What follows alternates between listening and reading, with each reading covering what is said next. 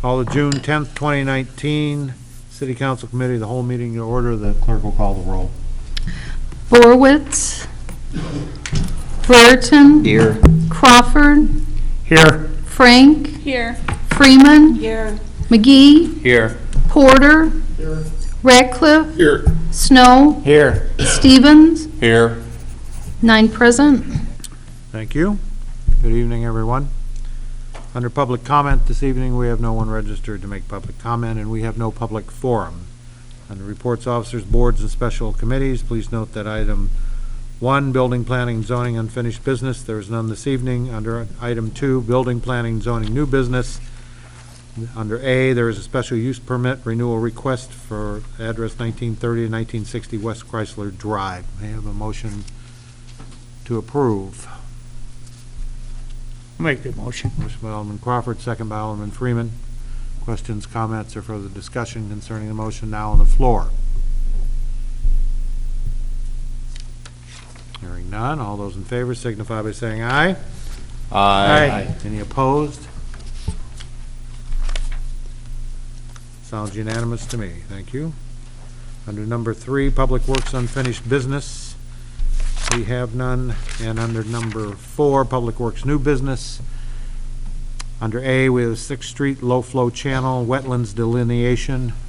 Mr. Anderson. Thank you, Your Honor. In your packet was a memo regarding the 6th Street low-flow channel. The design work for this project has been, most of it has been completed. However, there are some wetlands that are noted on the National Wetlands Inventory Map, which is requiring us to do a wetlands delineation and a determination to make sure those wetlands are actually do exist, and to what extent they exist, and how much, what their quality of the wetlands are, if they are indeed find to be existing. So CES has partnered up with Cardinal. It's a national firm that specializes in wetlands work to do the delineation. It's broken down into two components. Attached to the memo is Cardinal's proposal. First phase is to actually do to make the determination and to identify the wetlands if they are indeed present, and that cost is $3,650. And then depending on what they find or don't find, the additional scope item of the design plan review and the environmental permitting. Hopefully, in this case, they don't find any, but I doubt that's going to happen. I think they're going to indeed probably find some, but hopefully it can be covered by a national permit. And if it is able to be done under a national permit, the cost will be less than the $5,750. The $5,750 represents a worst-case scenario to go through the permit process to get those wetlands. They can be removed, or we'll have to replace them somewhere else within the basin. But I would recommend that we approve the proposal from CES to complete the wetlands delineation, and if required, the environmental permitting in an amount not to exceed $9,400. And this work will be paid for from capital funds. I have a motion to approve. Motion by Alderman Snow, second by Alderman Ratcliffe. Questions, comments, or further discussion concerning the motion now on the floor? Yes, Alderman Freeman. So Brent, is this required by the IEPA, or is this just a CES determination? No, this is required actually through the the Army Corps of Engineers. Yes, Alderman Stevens. I walked it today, and basically the only reason we've got water standing back there is because there's weeds growing up in there, and there's not enough pitch to get the water out of there. Well, otherwise it wouldn't be wetland. Well, and that's true, and that's why we need to do the determination and they'll do the investigation, because hopefully they'll find that it's just that as a result of that, and so there really isn't any quote-unquote wetlands there. But I'm sure, well, I'm not sure, but there's probably a pretty good probability that it's been wet enough, long enough, that there's probably some semblance of some wetlands there. So they'll, again, through that determination, will dictate what we have to do in order to comply with the requirements. Yeah, it's lots of tall grass. There's like no cattails or anything. It's just wet because there's nowhere the water to drain off, not enough pitch. Alderman Freeman. So then if it is determined there is wetlands there and endangered or whatever stuff, then what's our next move? Well, we go into the phase 2 of their proposal, where they'll actually go through the permit process, and they'll advise us on basically what steps we have to do in order to mitigate those wetlands. So, yeah, it could be, we'll find out when we get to that bridge what we're gonna have to do to cross it. Okay, any additional questions or comments? Hearing none, all those in favor of approval signify by saying aye. Aye. Any opposed? Motion is approved unanimously and forwarded to City Council for final disposition. Which brings us to item B, Logan Avenue right-of-way plats. Actually, items B and C are kind of together, but we're gonna be two separate actions, but we're gonna be talking about the same project, which would be the rehabilitation of Logan Avenue. As you recall, you have previously approved doing the right-of-way survey work for Logan Avenue, as well as the topographical survey for Logan. So the results, that work has been completed. We have submitted the right-of-way survey results to Commonwealth Edison, and they have come back to us at this point in time, so we can't go any farther. ComEd cannot proceed any farther with their work until we provide them with preliminary design plans for the project. The survey also indicated that we have less than 66 feet of right-of-way in some sections along Logan Avenue, which with a 4-lane roadway section and sidewalks makes it extremely tight, and we definitely need to, at a minimum, have our 66 feet of right-of-way. So the first memo in your packet is a proposal from Arc Design Resources to provide the 13 right-of-way plats that will be required to actually purchase the additional right-of-way from the adjoining property owners, so that we can have a minimum of a 66-foot right-of-way throughout the length of Logan Avenue. Their proposal is $850 per plat, and I would recommend approval of that proposal in an amount not to exceed $11,050 to complete up to 13 right-of-way plats for Logan Avenue. And this work will be paid for from the proceeds of our local motor fuel tax. Motion to approve. Motion by Alderman Snow, Second. second by Alderman Crawford. Questions, comments, further discussion? Alderman Snow. So Brent, so when they do the plat, that's just gonna basically map out what currently exists for each lot. Is that a fair assumption, and mark it and pin it? No, the survey work of the existing condition has already been done. That work's been done. So what these plats will do is actually draw up the legal document needed to acquire the property that we need to acquire to give us our 66 feet of right-of-way. So on some parcels, we might be just getting a little sliver, maybe a foot of property. On some, I think the max that we need to get on any one property is probably close to 3 feet maybe.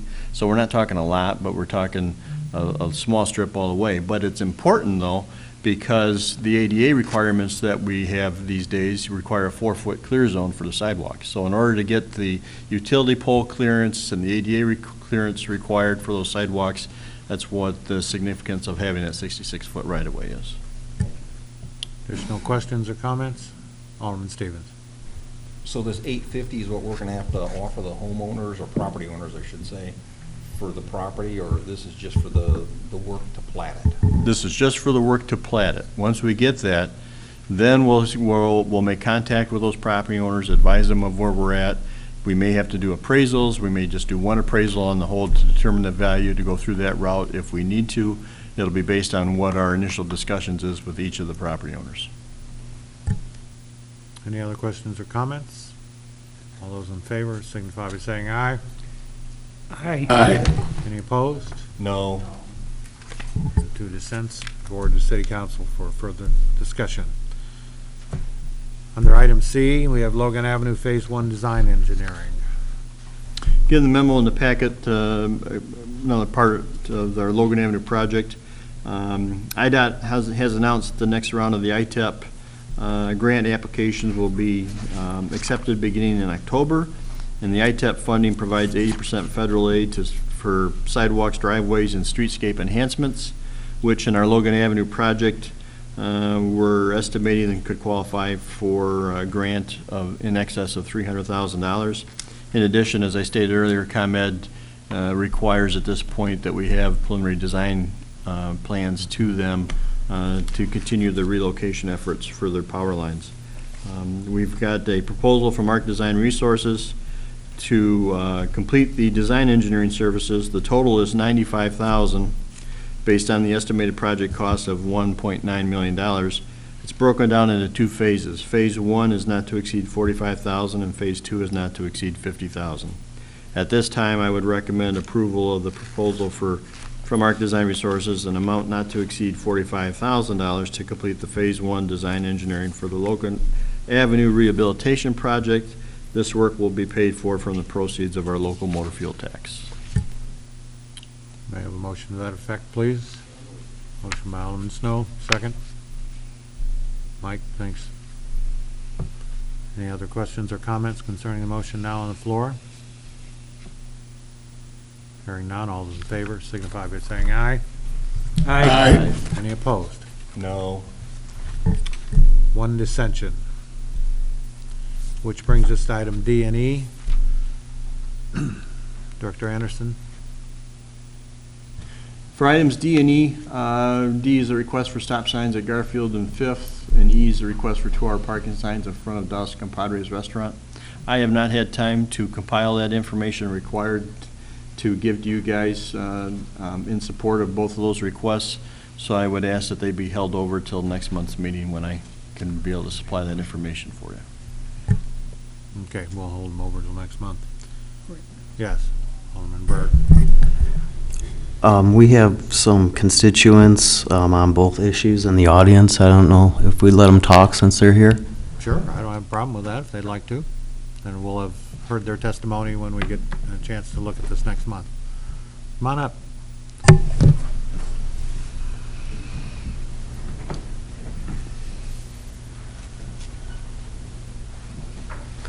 Good evening. Would you state your name and address for the record, please? Sure. Lisa Jones, 208 West 5th Street, Belvidere. Okay. Good evening, Mr. Mayor, council members. I'm here to talk about a traffic problem that we're having in our neighborhood in the 5th Ward. Wanted to thank Alderman Rick Brereton for getting the matter on the agenda and starting the process, and for arranging for me to say my piece this evening. We live on West 5th between Pearl and Garfield. There's a 4-way stop, I'm sure many of you are familiar, at 5th and Pearl. There's a yield sign at Garfield and 5th. The yield sign is on Garfield, so there's nothing on 5th. And then there's a stop sign on 5th at State Street. So that leaves the 2-block area between Pearl and State Street with no direction on 5th Street. There, if you continue east on 5th Street, there is a stop sign on 5th at every intersection to East Avenue with the exception of Caswell Street. And that's a yield sign which is on 5th Street. So the problem, we think, comes from, we would like to see a stop sign on 5th at Garfield, and that's for a few reasons. In our over 20 years on that block, we've seen the problem grow definitely worse. There's been several accidents due to people disregarding the yield sign on Garfield, and many more near misses. Several of them we've experienced near misses. The most recent was just a couple weeks ago.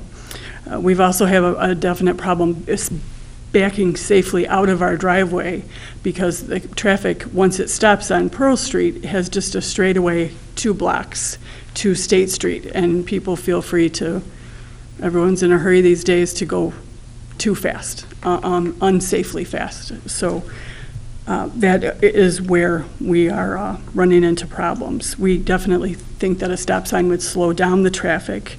There are several children in the neighborhood.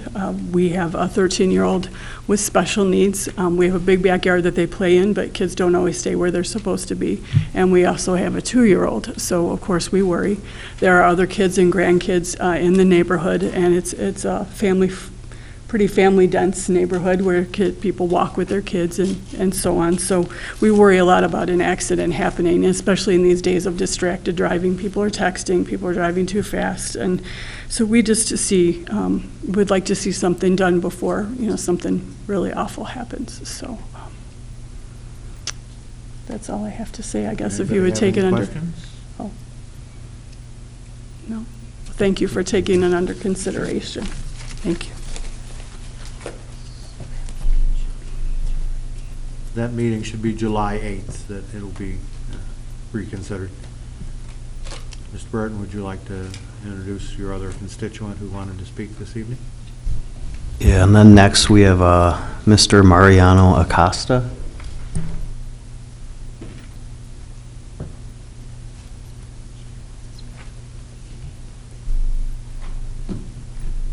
Good evening, sir.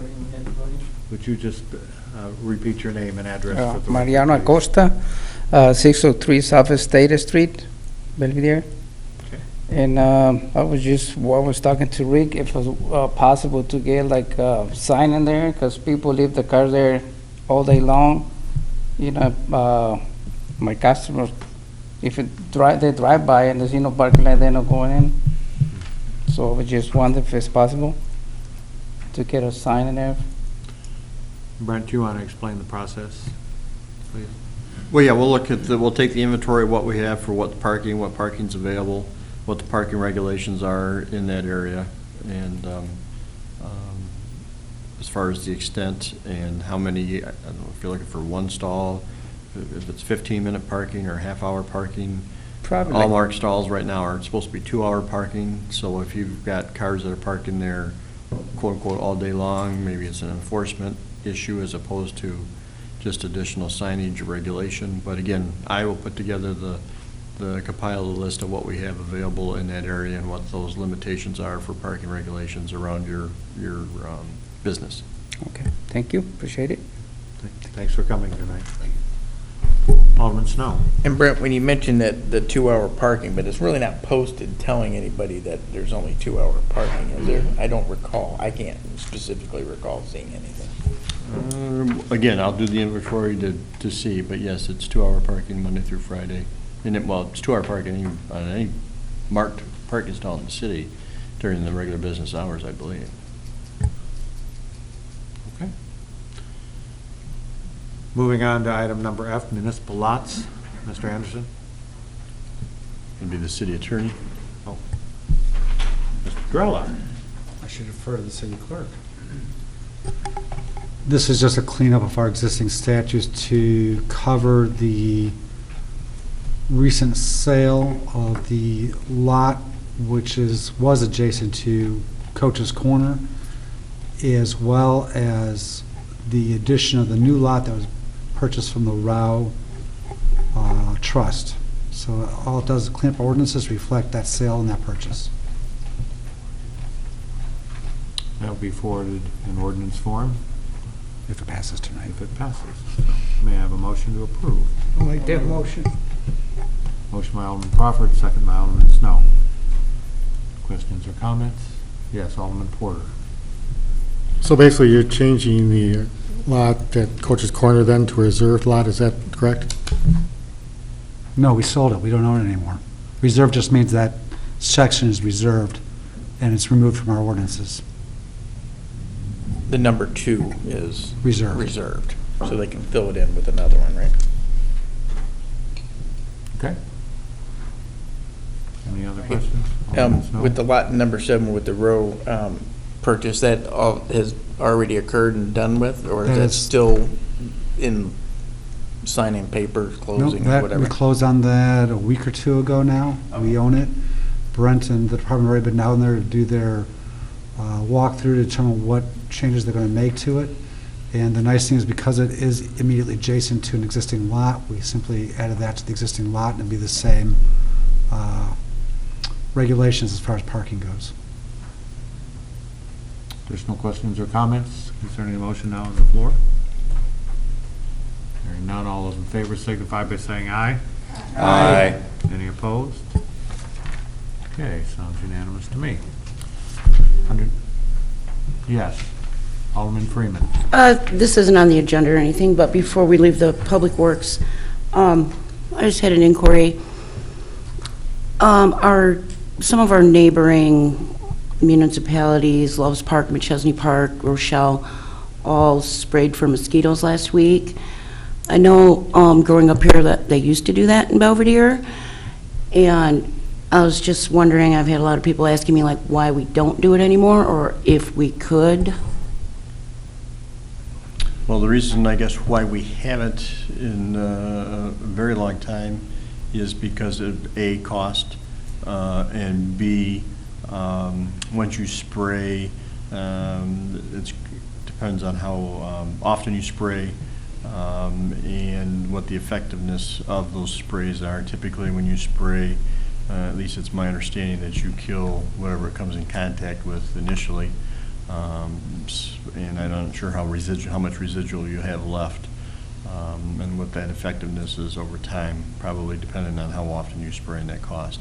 Certainly, if the council wants, I can get pricing and find out what those costs and what the program would look like. But yeah, we haven't done that probably. Oh, that was stopped before I started, so I'd say it's probably been 40 years ago since the last time we sprayed. And the stuff that they used to spray came under some concern. Well, could we get that on the agenda, Shauna, at some point? Because mosquitoes these days carry really bad viruses, and with all the rain that we have, they're really bad. Certainly look into it in the interim if somebody's, they can, I know we subscribe to Mosquito Joe. We tried him last year. He comes every 3 weeks, and they took care of it. So we'll look into it.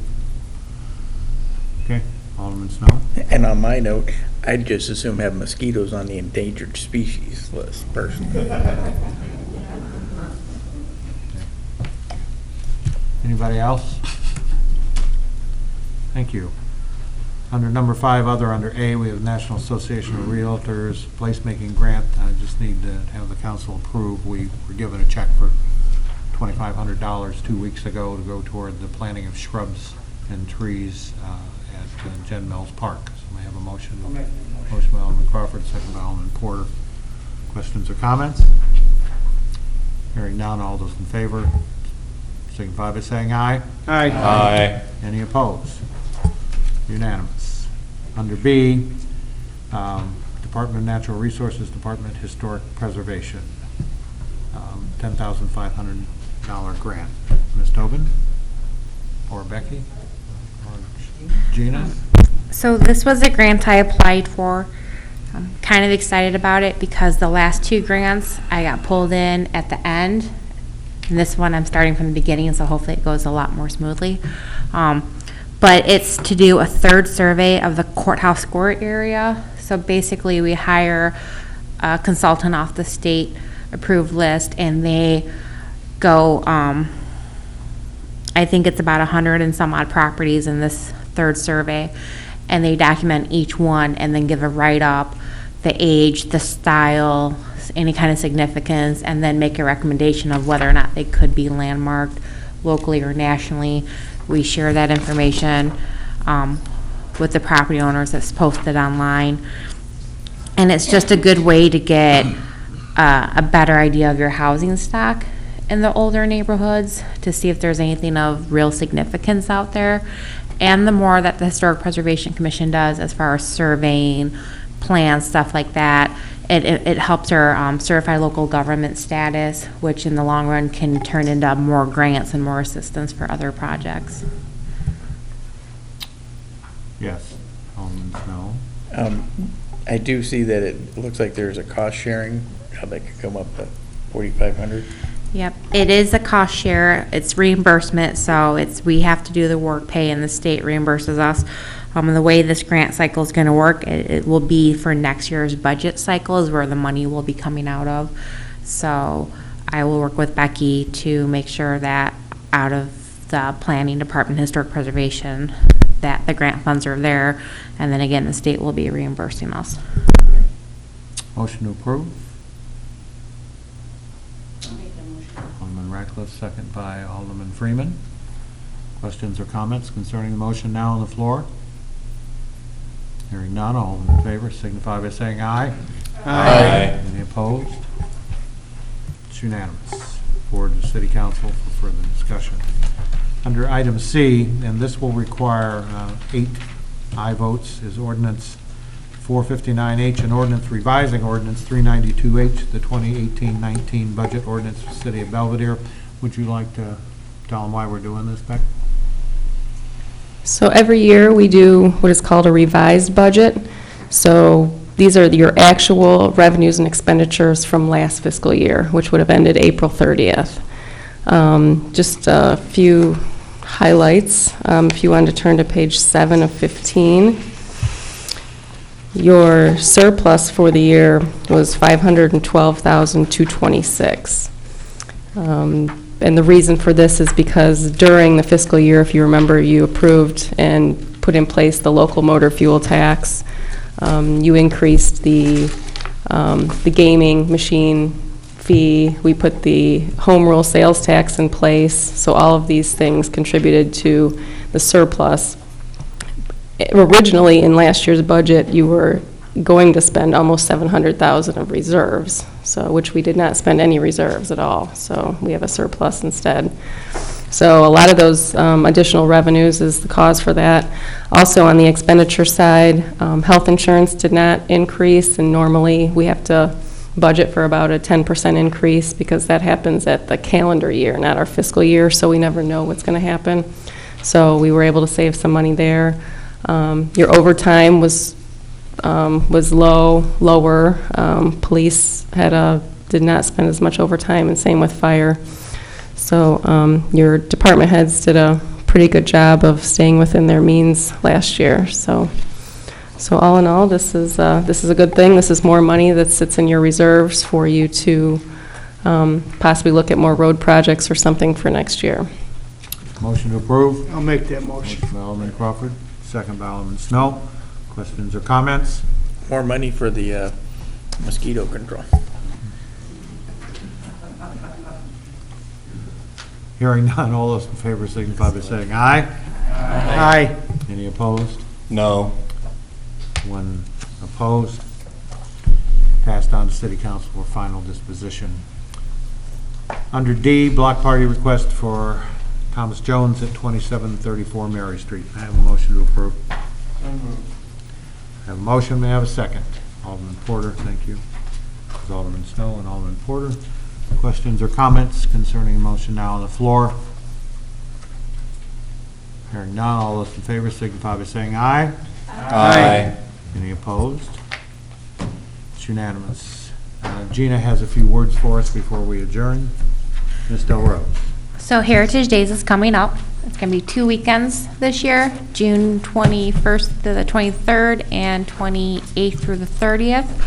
The parade is on Sunday, June 30th. I am working on the float along with the street department guys. We're going to go retro, old school, patriotic. So just if any aldermen want to ride the float, they're obviously more than welcome to. Same with families. Corey, obviously the invite extends to you as well. Just to let me know so I can, work with how many people are going to ride the float, how much candy we need, stuff like that. Okay. Your Honor, Motion, yeah. just wanted to thank you for all your hard work on that kind of stuff. Thank you, Alderman Snow. I have a motion to adjourn. I'll make that motion. Motion by Alderman Crawford, second. Alderman Burton. All those in favor, signify by saying aye. Aye. Any opposed? Ladies and gentlemen, we are now adjourned. Thank you.